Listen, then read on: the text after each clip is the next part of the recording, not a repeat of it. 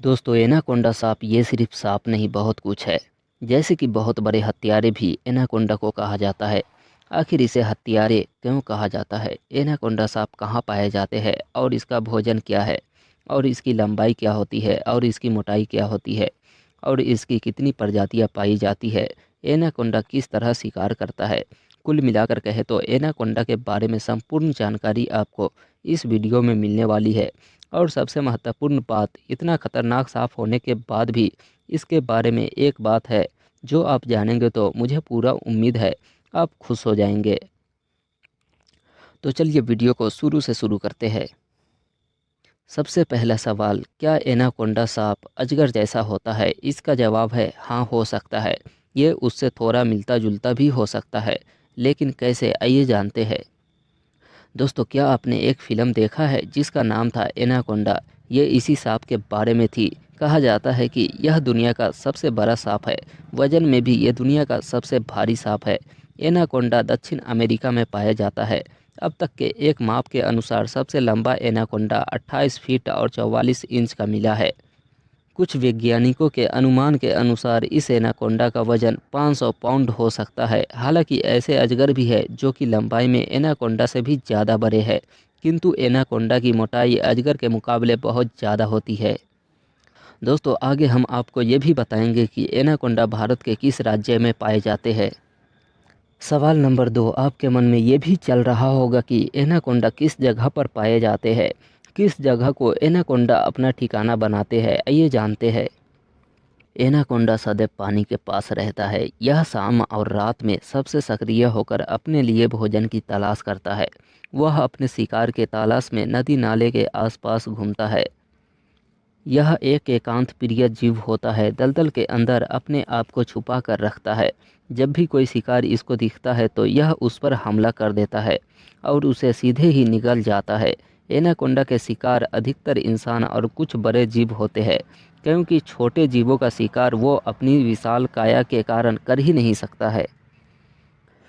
Number 3, जो आपके मन में ज़रूर चल रहा होगा कि इतना खतरनाक सांप का जहर कितना होता होगा।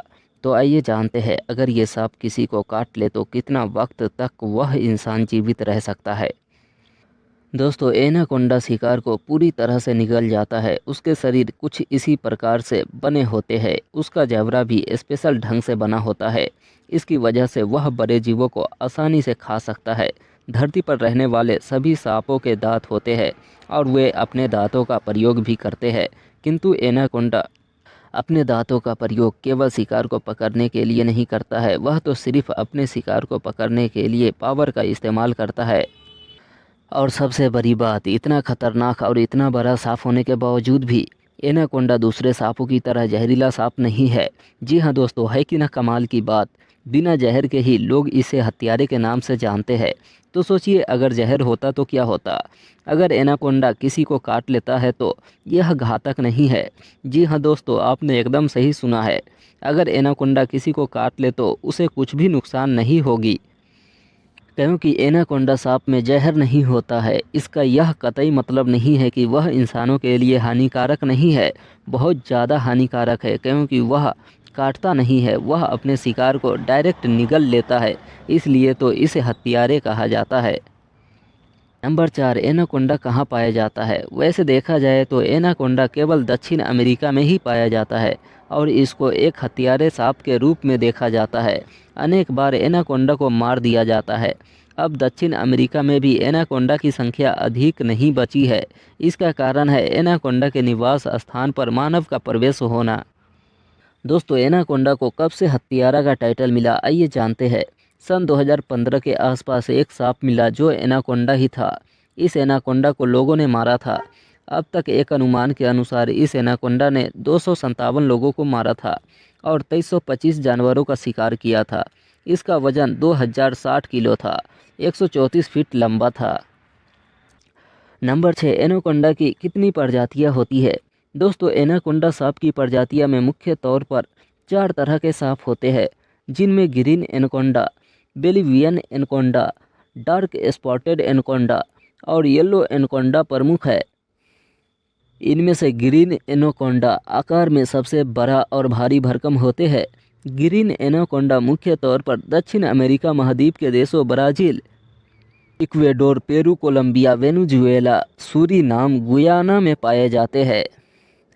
प्लीज़ वीडियो को लाइक करके चैनल को सब्सक्राइब कर लीजिएगा। नंबर 7, एनाकोंडा की ताकत क्या होती है, कितनी पावर होती है, आइए जानते हैं।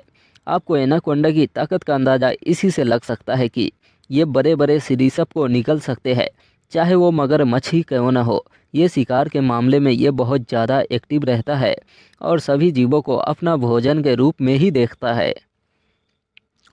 नंबर 8, जो एनाकोंडा को अन्य सांपों से और भी अलग बनाता है, जी हाँ दोस्तों, और वो है इसका बच्चे जन्म देने को लेकर। ज़्यादातर सांपों के बच्चे जहां अंडे देते हैं वहीं एनाकोंडा सीधे बच्चे पैदा करते हैं, यानी कि इसके अंदर यह खासियत ज़्यादातर स्तनधारी जीवों के जैसी है। नंबर 9, एनाकोंडा भारत के किस राज्य में पाए जाते हैं।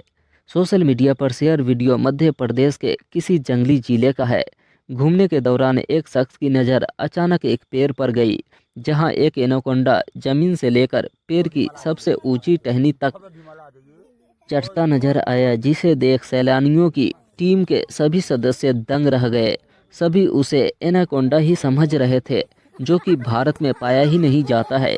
यही वजह रही कि इस दुर्लभ दृश्य को देखते ही एक शख्स ने इसे फौरन अपने कैमरे में कैद कर लिया। अमृत उपाध्याय नाम के एक सोशल मीडिया यूजर ने अपने इंस्टाग्राम प्रोफाइल पर साझा किया। लेकिन सर्च टीम ने जब इसकी तहकीकात करी तो उसने पाया कि यह एनाकोंडा नहीं, यह अजगर था, क्योंकि भारत में एनाकोंडा सांप नहीं पाए जाते हैं। नंबर 10, ऐसा माना जाता है कि जब मादा एनाकोंडा बच्चे को जन्म देती है या देने वाली होती है तो उस दौरान वह कुछ भी खाती पीती नहीं है, जिसके कारण वह कमज़ोर हो जाती है और यहाँ तक कि कभी कभी नवजात को जन्म देने के बाद भूख से मर भी जाती है।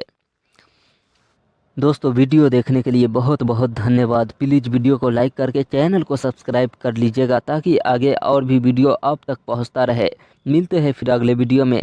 जब तक के लिए जय हिंद, जय भारत।